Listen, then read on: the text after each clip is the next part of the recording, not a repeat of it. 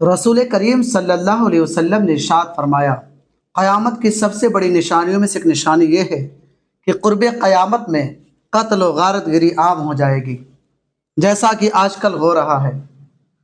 थोड़ी थोड़ी बात में कोई अपने शौहर को पीट पाड़ दे रहा है, थोड़ी थोड़ी बात में शौहर अपनी बीवी को पीट पाड़ दे रहा है, और पीटना ही तक महदूद नहीं है, मुकम्मल कत्ल कर दिया जा रहा है थोड़ी थोड़ी बातों में। और बात किस चीज़ की है कि उनको सुकून चाहिए। एसी लग जाए तो सुकून मिले, कार हो जाए तो सुकून मिले, करोड़ों रुपए हो जाए तो सुकून मिले, ऐसी उनकी सोच है। और सुकून ऐसे मिलेगा ही नहीं। आप कार ले लें, एसी ले लें, ट्रक खरीद लें 10 सुकून नहीं मिलेगा। क्यों जानते हैं? क्योंकि सुकून वहाँ है ही नहीं जहाँ आप ढूंढ रहे हैं। सुकून तो वहाँ है जहाँ पर अल्लाह ने रखा है।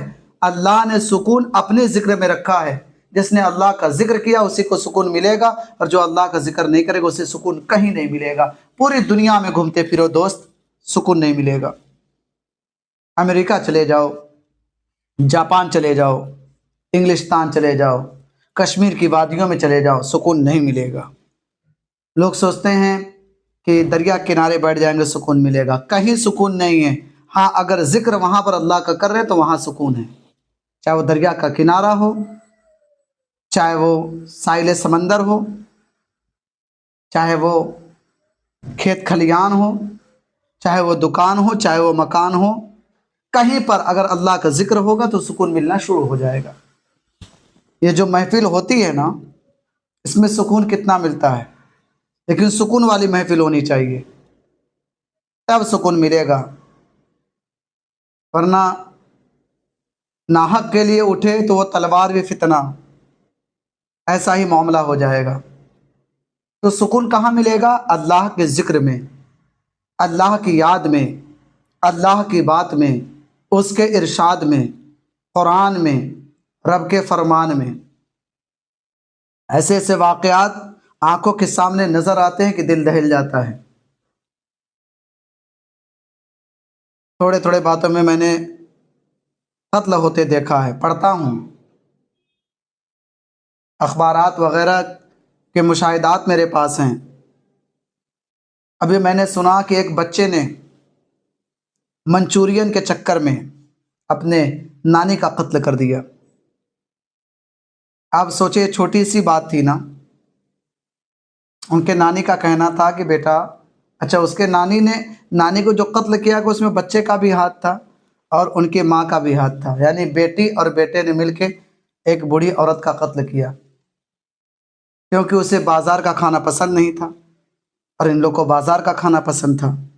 बात ये ना थी, बात थी जिद और गुस्से की, बात थी सुकून पाने की। सुकून किसी डिश में नहीं है, किसी खाने में नहीं है, किसी जगह नहीं है, किसी प्लेस पर नहीं है। सुकून अल्लाह के जिक्र में है। अब सोचें, लोग सोचते हैं हम फला डिश खा लेंगे तो सुकून मिलेगा, फला खाना खा लेंगे तो सुकून मिलेगा, फला जगह चले जाएंगे तो सुकून मिलेगा, फला प्लेस पर घुमाएंगे तो सुकून मिलेगा, हम उस शहर में चले जाएंगे तो सुकून मिलेगा, हम इस शहर में चले जाएंगे तो सुकून मिलेगा, बड़ी सी बिल्डिंग होगी तो सुकून मिलेगा, छोटा सा घर होगा तो सुकून मिलेगा, अपना घर होगा तो सुकून मिलेगा, दूसरे का घर होगा तो सुकून नहीं मिलेगा। ऐसी ऐसी थिंकिंग, ऐसी ऐसी सोच बदली चली जा रही। और फिर जब ऐसे मामले हो जाते हैं तो लोग डर जाते हैं कि हमें अब कोई पकड़े ना। क्यों नहीं पकड़ेगा? इन्न बत्शा रब्बिका लशदीद, बेशक अल्लाह की पकड़ बहुत सख्त है। तो दुनिया में भी गिरफ्तार करेगा और आखिरत में भी गिरफ्तार करेगा। अल्लाह ने जो दुनिया के निज़ाम बनाए हैं सिपाहियों को, वो तुम्हें गिरफ्त में ले लेंगे, क्योंकि इन्वेस्टिगेट जब होता है तो पकड़ में आ जाते हैं ऐसे शख्स जो बुरे काम कर रहे होते हैं। 1 महीने बाद, 2 महीने बाद, 3 महीने बाद किसी न किसी ज़राए से पकड़े जाते हैं। सारे सबूत मिटा देते हैं तब भी पकड़े जाते हैं। क्यों? क्योंकि फिंगरप्रिंट आपके पास है, मोबाइल का नंबर आपके पास है, आइडेंटिटी कार्ड आपके पास है, तो इन ज़राए से भी पकड़े जाते हैं। लेकिन एक ऐसा वाक़या सुनाऊंगा जिसमें कोई प्रिंट नहीं है, कोई आइडेंटिटी कार्ड नहीं है, कोई मोबाइल नंबर का ट्रेस नहीं है, फिर भी उस कातिल का पता लग गया उसका इन्वेस्टिगेट बेहतरीन तरीके पर हुआ। और ये किया किसने? कोई आम बंदे ने नहीं, एक ख़ास बंदे ने, जिनका नाम मूसा कलीमुल्लाह है।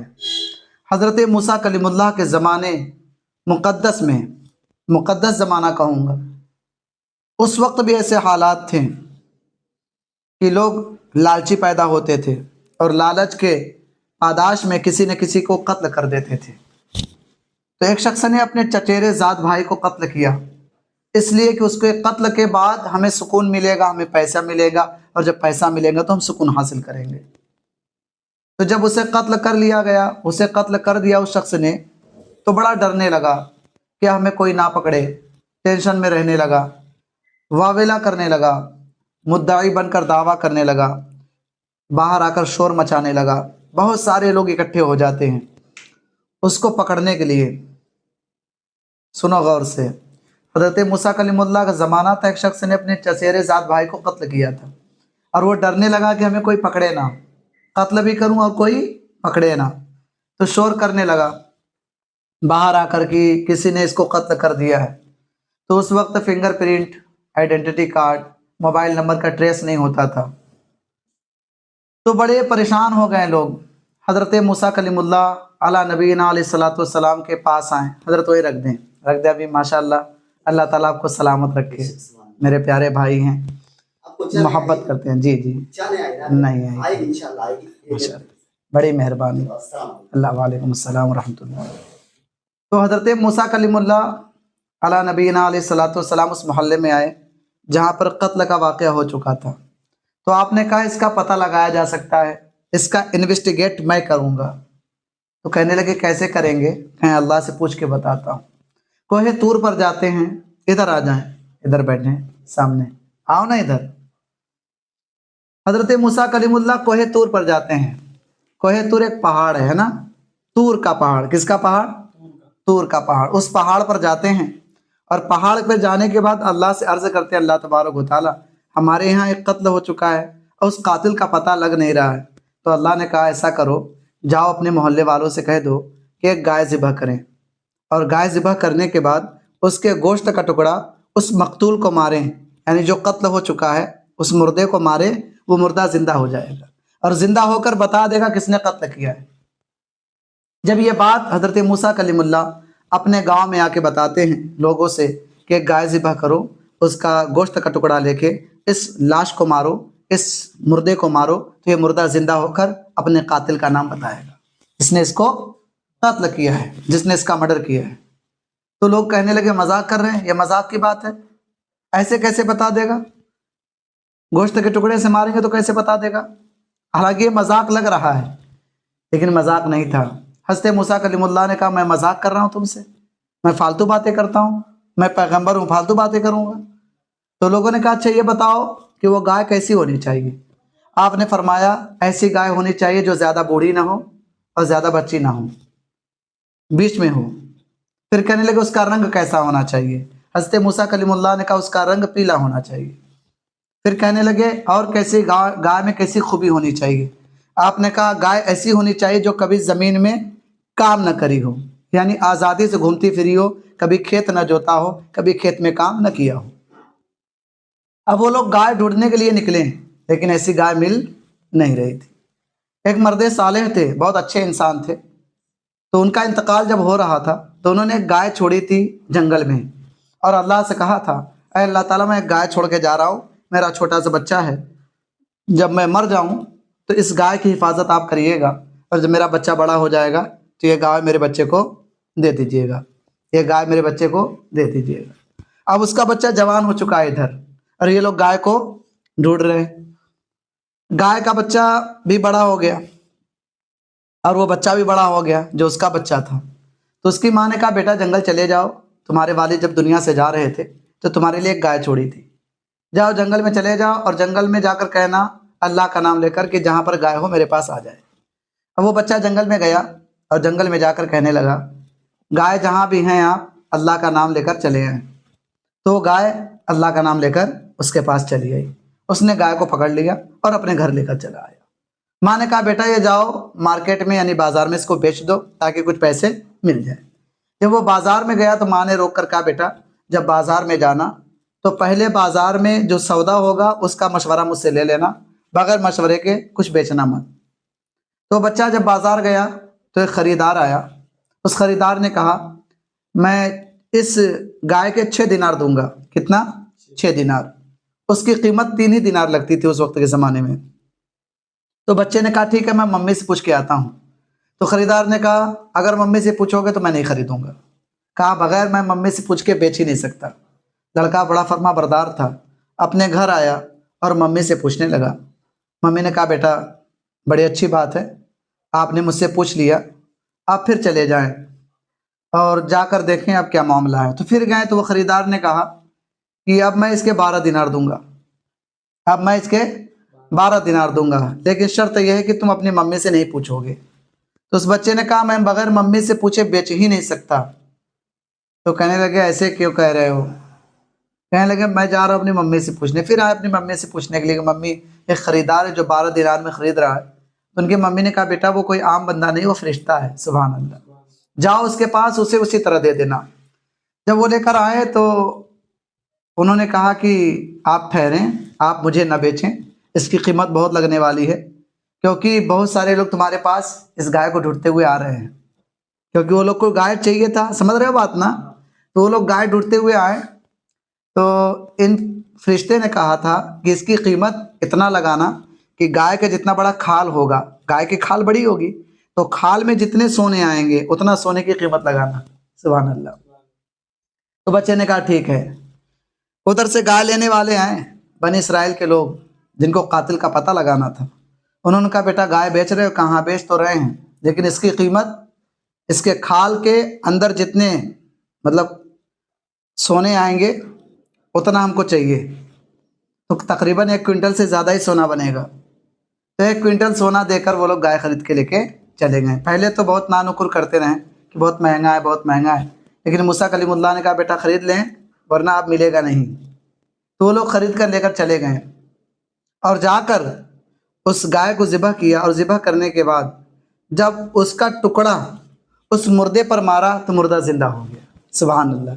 ज़िंदा होकर बोल उठा कि मेरा कातिल यही है जो चिल्ला रहा है, मेरा कातिल यही है जो चिल्ला रहा है, जो रो रहा है। अब सोचो, घर के आदमी ने उसको कत्ल किया था, किसके वजह से? पैसे की वजह से। आज भी लोग ऐसा काम कर रहे हैं, आज भी लोग एक दूसरे को कत्ल कर रहे हैं, लोग एक दूसरे का मर्डर कर रहे हैं।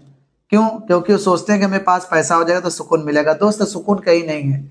हम भी कम कमाते हैं अल्हम्दुलिल्लाह, कि सुकून में है कि नहीं? नमाज पढ़ रहे हैं, रोज़ा रख रहे हैं, अल्लाह ताला की इबादत कर रहे हैं। लाख रुपए कमाने में सुकून नहीं है। हाँ, आपको अमीर कहा जा सकता है, लेकिन आपके अंदर सुकून आ जाए, ऐसा नहीं है। कोई दुनिया की ऐसी दौलत नहीं जो सुकून खरीद सके, और कोई ऐसी दुनिया की दौलत नहीं जिससे अपना सुकून किसी को ट्रांसफ़र कर दिया जाए, और कोई ऐसे दुनिया की दौलत नहीं जो किसी का दर्द खरीद सके, और कोई ऐसी दुनिया की दौलत नहीं जो अपना दर्द निकाल किसी को दिया जा सके। तो बराए मेहरबानी, सुकून अल्लाह के ज़िक्र में है, अल्लाह के फ़िक्र में है। अगर आपको सुकून पाना है तो अल्लाह का ज़िक्र करिए और लालच से बचिए, क्योंकि लालच बहुत बुरी बला होती है।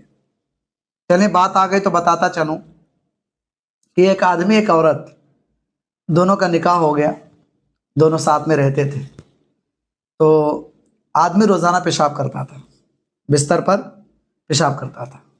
उस औरत ने कहा कि तुम रोज़ाना पेशाब क्यों करते हो? कहने लगा कि मैं ख्वाब देखता हूँ कि जिन्नात मेरे ख्वाब में आते हैं और मुझे कहीं लेकर जाते हैं, और सोना चांदी रहता है तो वो दिखाने लेके जाते हैं, और जब हमें पेशाब लगती है तो कहते हैं कहीं कर लो, तो मैं करता वहाँ हूँ लेकिन हो जाता यहाँ पर है, बिस्तर पे। तो बीवी ने कहा कि अब की बार करोगे तो मारेंगे हम तुम्हें, और अगर तुम्हारे ख्वाब में जिन्नात ही आते हैं तो उनसे आज सोना मांगो। क्या मांगो?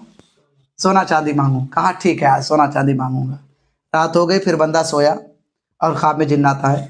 उसको घुमाने के लिए लेकर गए तो उसने कहा, रोज़ तुम मुझे घुमाते हो, पेशाब कराते हो, मैं बिस्तर पर पेशाब कर देता हूँ, बीवी का मार खाता हूँ, आज सोना चांदी दे दो ताकि मेरी बीवी खुश हो जाए। उसने कहा, ठीक है, चलो सोने के कान में। लेकर गया वहाँ पे, और एक बोरा बहुत बड़ा रखा हुआ था, सोने से भरा हुआ। कहने लगा, इसी को उठा लो। और जब वो उठाने लगा तो उससे वो सोना उठ नहीं पाया। लेकिन जब वो उठ नहीं पाया तो जब सुबह उठा तो पहले 1 नंबर करता था, आज उसने 2 नंबर कर दिए थे। तो लिखने वाले लिखते हैं कि अगर उस औरत ने लालच नहीं किया होता तो सिर्फ पेशाब ही करता था वो, आज तो उसने दोनों कर दिए।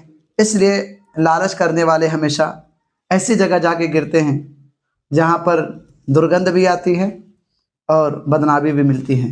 अल्लाह ताला से दुआ है मौला ताला हम सबको कम में दम अता फरमाए। आमीन आमीन आमीन।